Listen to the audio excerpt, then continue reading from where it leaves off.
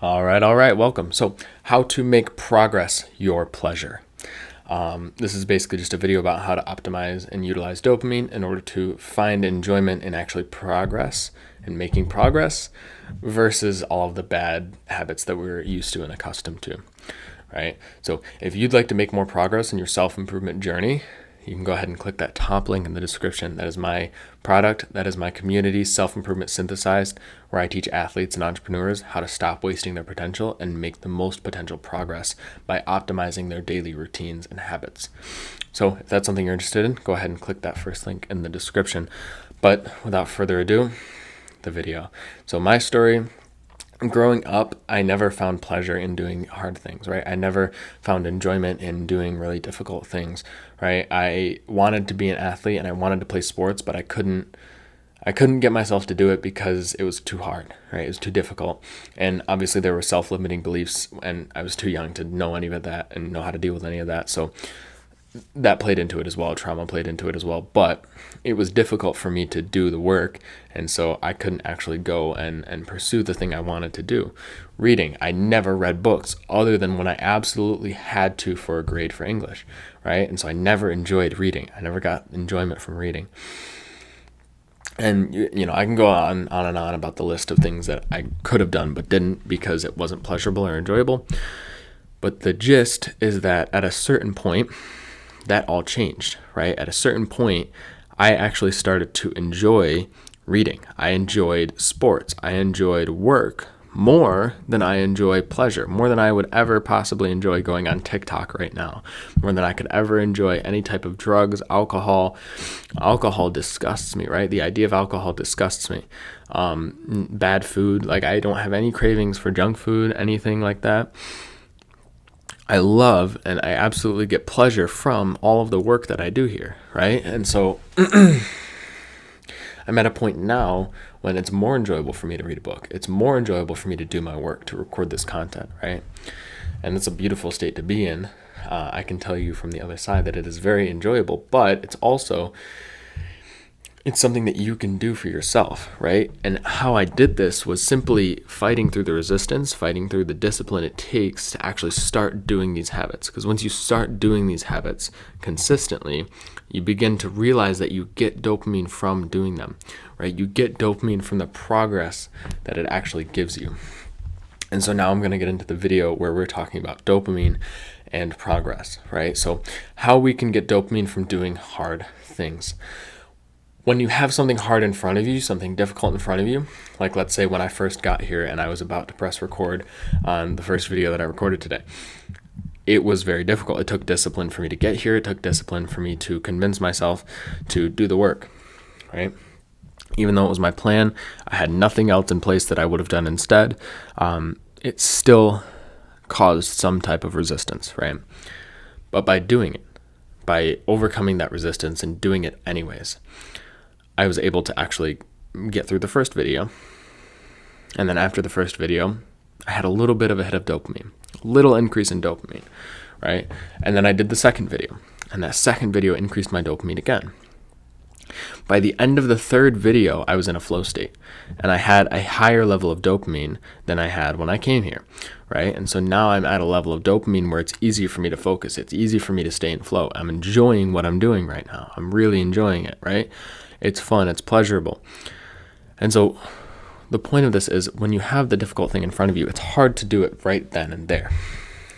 But you actually receive dopamine. You get dopamine from doing it anyways.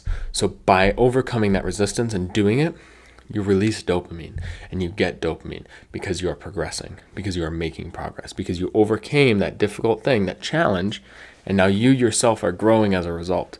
And that growth causes a release of dopamine, And so we can actually use this to create more progress, right? We can use this to create more progress by only getting our dopamine from the difficult activities, from only getting dopamine from, let's say, delayed gratification. So like fitness when we're in the gym or we're training, or if it's work in your business, right? When you're actually doing the work for your business, right? It takes effort to do it, but it releases dopamine. When you're actually doing it and you're in that flow state, it's releasing dopamine for you. And so basically, the point is that when you completely and utterly focus on these activities, these difficult activities, but that make progress, you actually find that you have more enjoyment of your life overall, right? It's difficult to do them in the moment, but overall your life is more enjoyable because you're doing this, right? Because you're focused, because you're actually pursuing these habits, because you're actually doing this work, right? And so how you can implement this, few tactics that you can use. First thing is a habit tracker. If you keep a habit tracker that shows all of the habits that you're trying to stick to, and it has a tick box that you get to tick off every time you do it, that in and of itself will help you to release more dopamine. And it'll also help you to get a little bit of dopamine anticipating the activity itself, right? So when it comes to doing hard things, we get our dopamine after the activity, not leading up to it. Whereas with pleasurable, instant gratification things, we get the dopamine leading up to the thing, and then we get a drop in dopamine afterwards. And so it happens in reverse. One way that we can get dopamine from anticipating the activity, if it's a difficult activity, is having a habit tracker, because we get to anticipate the dopamine of ticking the box, right? And so we get to anticipate ticking the box, we get to anticipate the completion of the task, and that in and of itself gives us a little bit of dopamine, right? And so we can use that in order to stick to the habits more and actually do the habits in the first place. So the next thing is clear and trackable goals. So we need to have clear goals, and we also need to be able to track them specifically, right? With dopamine, specifically being able to track the goal is how we will release more dopamine.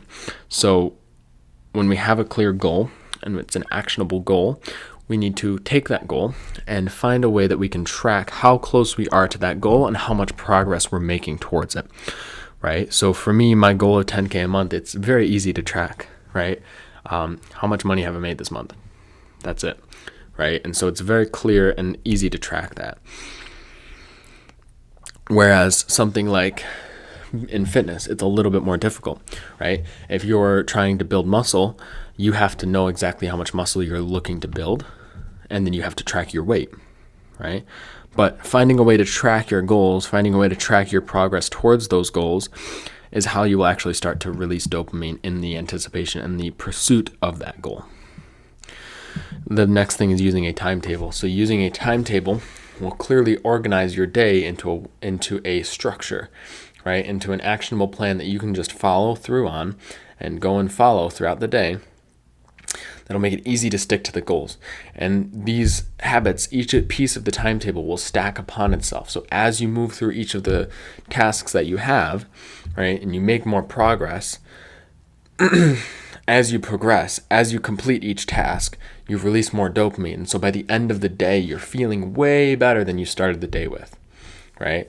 And so this will stack on itself over time. If you keep doing this day to day, this will stack upon itself. And so your baseline level of dopamine will continue to increase. And so your baseline level of enjoyment and happiness in life will also increase. And then the last thing is actually making your work fun, right? We need to make our work fun. Why would we not want to enjoy the work that we do? Why would we not want to enjoy the thing that we actually have to do every single day, right? Like for me, I really enjoy the work that I'm doing. I enjoy the goal, right? The goal is a very fun and exciting goal for me to have, right? I really enjoy helping people and teaching people about self-improvement. I really enjoy making content. I really enjoy writing, right? All of these things I enjoy. I have fun with these things.